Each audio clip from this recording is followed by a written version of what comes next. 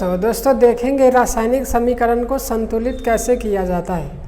तो सबसे पहले रासायनिक समीकरण को संतुलित करने के लिए हमें द्रव्यमान संरक्षण के नियम का पता होना चाहिए कि द्रव्यमान संरक्षण के नियम क्या कहता है। तो द्रव्यमान संरक्षण के नियम कहता है कि कोई भी रासायनिक अभिक्रिया होने के बाद उन अभिकारकों में उपस्थित जो भी तत्व है उन तत्वों के परमाणु संख्या, ना ही रासायनिक अभिक्रिया होने के बाद ना ही उसका विनाश होता है और ना ही उसका सृजन होता है, उत्पादन होता है। मतलब जो भी द्रव्यमान है, जो भी परमाणुओं के द्रव्यमान है, वो द्रव्यमान बराबर होता है।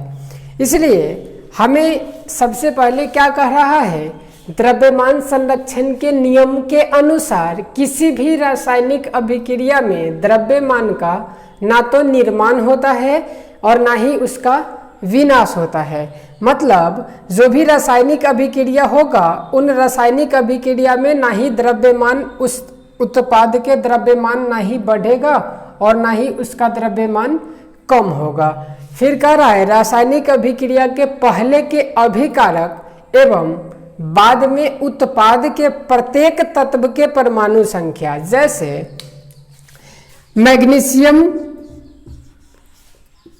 को ऑक्सीजन के उपस्थिति में जलाते हैं तो क्या बनाता है, मैग्नीशियम ऑक्साइड बनाता है। यहाँ पे मैग्नीशियम एक परमाणु है, उत्पाद में मैग्नीशियम एक परमाणु है तो यह इक्वल है। ऑक्सीजन दो परमाणु है तो यहाँ पे ऑक्सीजन एक ही परमाणु है। लेकिन हमें द्रव्यमान संरक्षण के नियम में कहा गया है कि जो भी अभिकारक में उपस्थित परमाणु है वह उत्पाद में उपस्थित उत्पादों के परमाणु से क्या होना चाहिए, तो बराबर होना चाहिए। अगर कोई भी क्वेश्चन को संतुलित नहीं किया गया है तो उसको बोला जाता है कंकाल रासायनिक समीकरण। लेकिन हमें इक्वेशन को बैलेंस करना होगा, तो इक्वेशन को बैलेंस करने के लिए हमें अभिकारक में मैग्नीशियम है और उत्पाद में मैग्नीशियम है, दोनों का परमाणु जो है वह क्या है, बराबर है।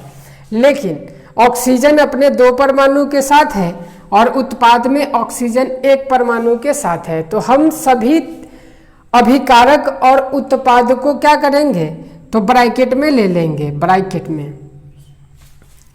अब यहाँ पे जो भी यौगिक है, मतलब मैग्नीशियम और ऑक्सीजन मिलकर के एक यौगिक का निर्माण किया है, तो इसको भी हम ब्रैकेट में ले लेंगे कि जब कभी भी हम परमाणु की संख्या को बढ़ाएंगे तो दोनों एक साथ बढ़ेगा। यहाँ पे मैग्नीशियम बराबर है लेकिन ऑक्सीजन का दो परमाणु है, यहाँ पे ऑक्सीजन केवल एक परमाणु है। तो हम जब कोई भी इक्वेशन को बैलेंस करते हैं तो बैलेंस करने के बाद या बैलेंस करने के दौरान परमाणु की संख्या को नीचे नहीं लिखते हैं, हम कहाँ लिखते हैं, तो उसके आगे लिखते हैं। यहाँ पे ऑक्सीजन दो परमाणु है तो ऑक्सीजन को देना है तो हम यहाँ पे क्या लिख देंगे, दो लिख देंगे। अब यहाँ पे दो लिखने के बाद केवल ऑक्सीजन के दो परमाणु ही नहीं हुआ, यहाँ पे मैग्नीशियम का भी दो परमाणु हो गया। तो मैग्नीशियम का इधर दो परमाणु हो गया और अभिकारक के रूप में मैग्नीशियम एक परमाणु के साथ है। तो यहाँ पे हम क्या करेंगे, इसको दो परमाणु दे देंगे। अब यहाँ पे मैग्नीशियम दो परमाणु, मैग्नीशियम दो, ऑक्सीजन दो, ऑक्सीजन दो। तो ये हो गया मेरा समीकरण संतुलित। इसको हम बोलेंगे संतुलित समीकरण। कुछ और एग्जाम्पल देखते हैं, जैसे हाइड्रोजन और ऑक्सीजन के मिलने से जल बनता है H2O। फिर हम इन इक्वेशन को क्या करेंगे, ब्रैकेट में ले लेंगे, ब्रैकेट में सभी तत्व को हम ब्रैकेट में और यौगिक को। यहाँ पे हाइड्रोजन अपने दो परमाणु के साथ है, उत्पाद में हाइड्रोजन दो परमाणु के साथ है, बराबर है। ऑक्सीजन दो परमाणु के साथ है, ऑक्सीजन सिंगल परमाणु के साथ है। तो हम यहाँ पे क्या करेंगे, दो परमाणु दे देंगे। तो दो परमाणु देने के साथ साथ केवल ऑक्सीजन के परमाणु नहीं बढ़ा, यहाँ पे हाइड्रोजन का भी परमाणु बढ़ गया, मतलब 2 2 4 हो गया। यहाँ पे हाइड्रोजन का केवल दो परमाणु है। तो 2 परमाणु है तो हम यहाँ पे क्या करेंगे, 2 परमाणु और दे देंगे। तो हाइड्रोजन का 2 2 जा 4 हो गया, हाइड्रोजन का भी 2 2 जा 4, ऑक्सीजन का 2, ऑक्सीजन का 2। तो ये भी समीकरण क्या हो गया, तो संतुलित। इसको नोट कर लीजिए। नेक्स्ट और एग्जाम्पल दोस्तों, अब और एग्जाम्पल देखेंगे समीकरण को संतुलित कैसे किया जाता है। तो एक क्वेश्चन है मेरे पास, calcium plus H2O, Ca plus H2O, तो कैल्शियम हाइड्रोक्साइड बनाता है और हाइड्रोजन गैस को फ्री करता है। तो यहाँ पे हम देखेंगे कि कैल्शियम एक परमाणु के साथ है। अगर आपको अभिकारक और उत्पाद अलग अलग लिख लेना है तो आप अलग अलग लिख सकते हैं कि कैल्शियम का अभिकारक के रूप में एक परमाणु, कैल्शियम का उत्पाद के रूप में एक परमाणु। तो यहाँ पे कैल्शियम क्या है, बराबर है, हाइड्रोजन 2 परमाणु के साथ है, हाइड्रोजन यहाँ पे 2 2 4, मतलब हाइड्रोजन के पास इधर कितना है, तो 4 परमाणु हैं।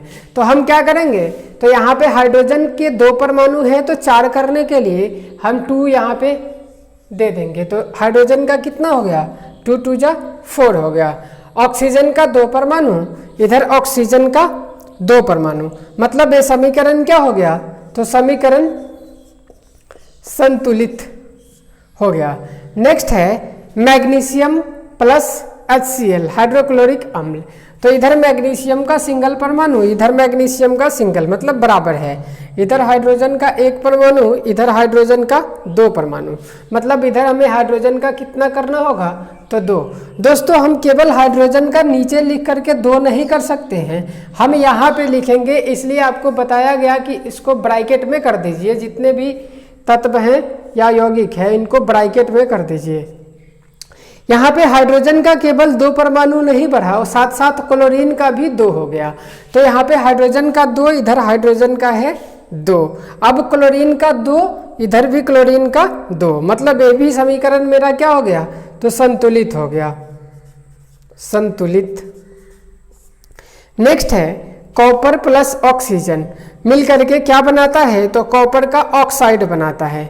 यहाँ पे कॉपर का कितना परमाणु है, तो 1 परमाणु है, इधर कॉपर का कितना 1, बराबर है, इधर ऑक्सीजन का 2, इधर ऑक्सीजन का 1। हमें इधर कम है, उत्पाद में ऑक्सीजन का परमाणु कम है तो निश्चित है कि द्रव्यमान संरक्षण के नियम कार्य नहीं करता है। तो इस प्रकार का समीकरण को हम कंकाल रासायनिक समीकरण कहते हैं।